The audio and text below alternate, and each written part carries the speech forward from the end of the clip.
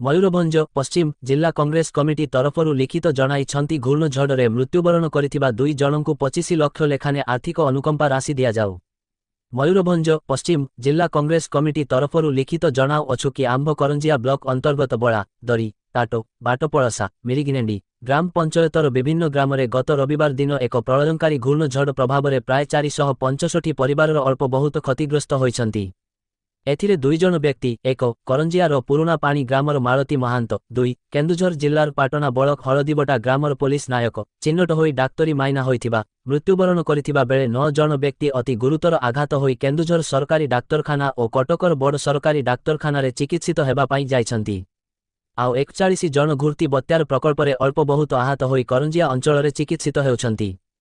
प्रकाश थाउ कि उक्त दिन कटकर बड़ सरकारी डाक्तरखाना trauma care intensive care unit रे अग्निकांड रे मृत्युवरण करिथिबा व्यक्ति को 25 लाख लेखाने मुख्यमंत्री रिलीफ पांठिरु अनुकंपा राशि देइथुबा बेले आंभ अचलर 2 जन मृत्युवरण करिथिबा व्यक्ति को 4 लाख टंका मध्यरे मिलिबो बोली सरकारक तरफरु घोषणा होइछि। एही परिप्रेक्षी आपणक निकटरे कांग्रेस कमिटी तरफरु दाबी जणाउछु कि 1 मृत्युवरण करिथिबा 2 जनंकु 25 लाख लेखाने आर्थिक सहायता देबा संगे संगे तांको परिवारर जनंकु योग्यता भित्तिरे सरकारी चाकरी दिया जाऊ। 2 आहत व्यक्ति मानंकु संपूर्ण निरोग हेबा पर्यंत समस्त खर्च सरकार बहन करंतु एवं सेमानंकु 5 लाख टंका लेखाएं आर्थिक सहायता दिया जाऊ। 3 जेउमानंकर घर भांगिछि बा नष्ट होइछि घोषणा अनुଯାयी आर्थिक सहायता तुरंत देबा संगे संगे नूतन सरकारी गृहर परिवार अनुଯାयी देबा पाई निर्देश दिया जाऊ। आपणक निकटरे अनुरोध सहृदयतार सहित एही दाबी गुड़िक पूरण करिबारे तुरंत पदक्षेप नेबे नचेत बाध्य होई ग्रामवासींक सहित कांग्रेस दल राजरास्तारे आईन अमान्य आंदोलन करिबाकू बाध्य हेबो। मयूरभंज जिला करंजियारू दिव्येन्दु शेखर अंक रिपोर्ट।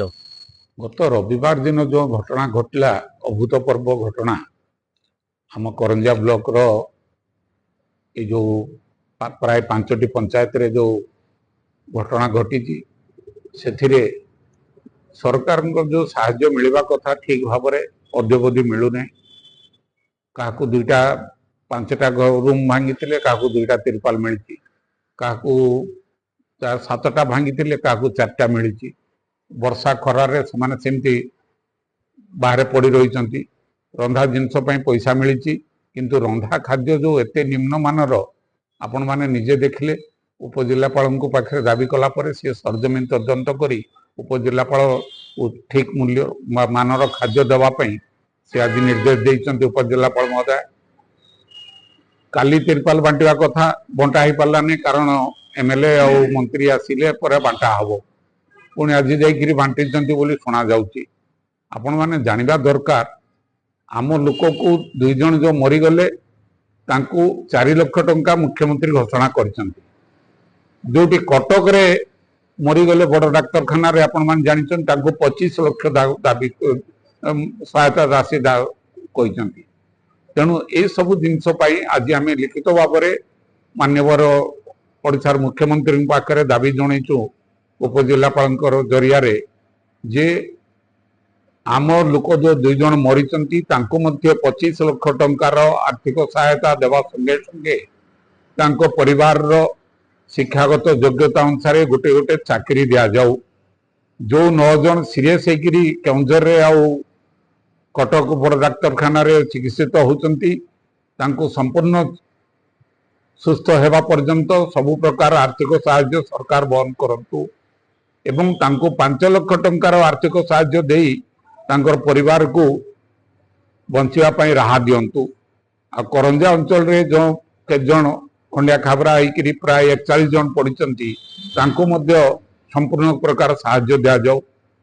ये जो घर करने आर्थिक साहाय्य जोगे देवाई कह सरकार घोषणा करचंती किछि लोकों को मिली किछि लोकों को अद्यवधि मिलना तुरंत से आर्थिक साहाय्य दबा संगे संगे जो घर समान को दबा दरकार परिवार अनुसार 7 दिन मध्य कारण सर्वे सरी जाइए केतेटा परिवार कहार घर केत जन समस्त 7 दिन भितर वर्क ऑर्डर दिंतु घर करने कारण ये खरा दिन 2 मास भर न करेंगे आपर जो वर्षा आसो से लोक राजरास्त माने रहिला भया रही तेणु यही सब दाबी नहीं आज आम सरकार पाखे दाबी जनईचु तुरंत तुरंत यार समाधान करंतु।